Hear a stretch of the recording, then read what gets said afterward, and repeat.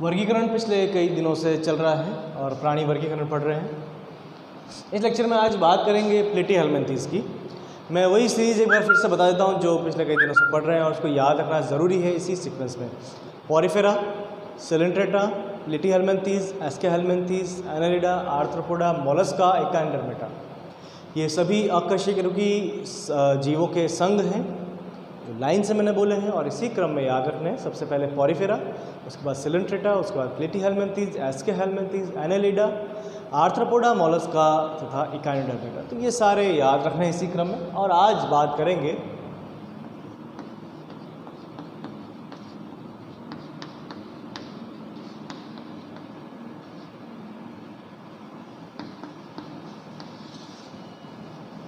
प्लेटीहेल्मिन्थीज़ की। प्लेटीहेल्मिन्थीज़ नाम इसका ये बताता है कि इसके जीवों का शरीर पृष्ठ व पार्श्व सतह से, पृष्ठ व अधर सतह से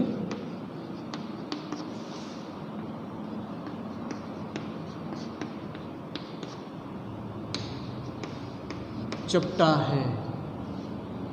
तो इसके जो जीव हैं उनका शरीर पृष्ठ व अधर सतह से चपटा है। पृष्ठ सतह ये, अधर सतह ये, तो दोनों साइड से फ्लैट है, डॉर्सो वेंट्रली फ्लैट।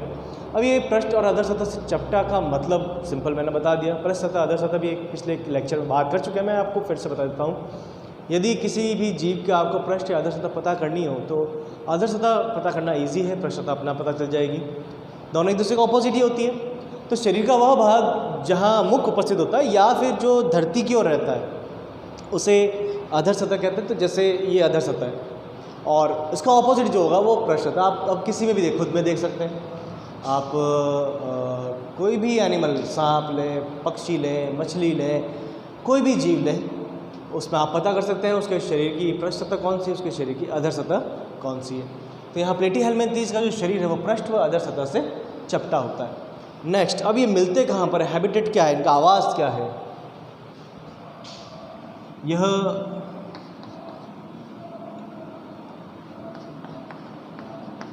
परजीवी है वैसे तो, परंतु कुछ स्वतंत्र जीवी भी है।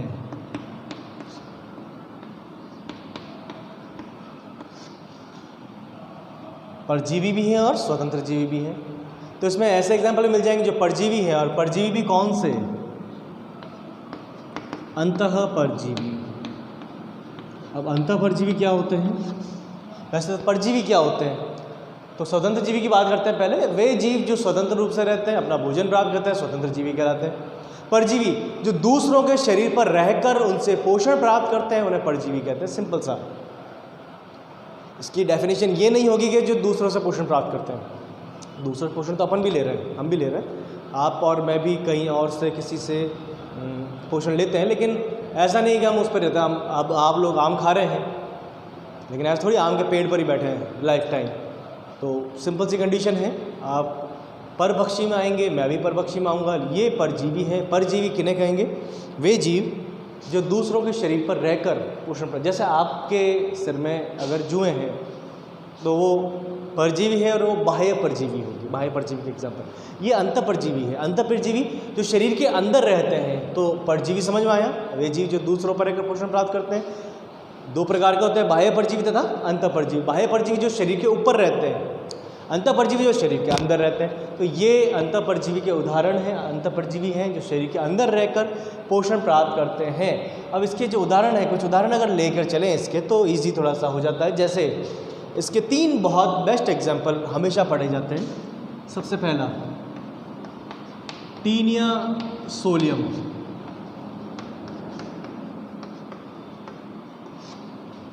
दूसरा इसका एग्जाम्पल फेसियोला हेपेटिका,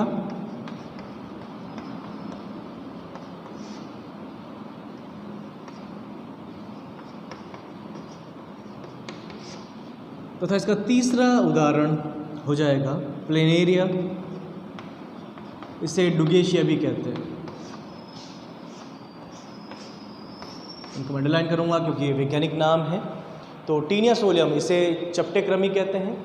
ये चपटे क्रमी तो सारे ही हैं, लेकिन इसको टेपवर्म कहते हैं, फीता कृमि, क्योंकि फीते के समान होता है।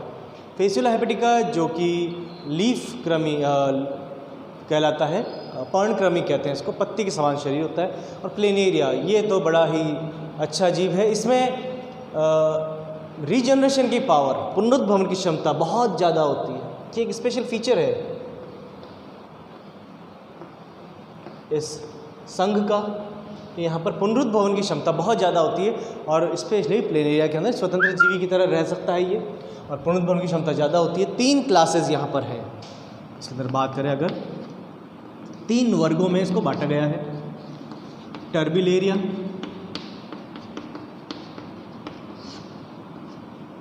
ट्रिमेटोडा तथा सेस्टोडा। तो 3 वर्गों में इनको बांटा गया है, टर्बिलेरिया, ट्रिमेटोडा, सेस्टोडा। अब एग्जाम्पल इसके 3 लिए हैं, Taenia solium, Fasciola hepatica, Planaria इसको कहते हैं टेपवर्म, फीताकृमि इसको बोलते हैं लीफवर्म, पर्णकृमि, और ये प्लेनेरिया, इसमें पुनरुद्भवन की क्षमता अत्यधिक पाई जाती है। कुछ इस तरह का दिखता है प्लेनेरिया। इसके आप 3 पीसेस कर दो, तीनों से नए प्लेनेरिया बन जाएंगे।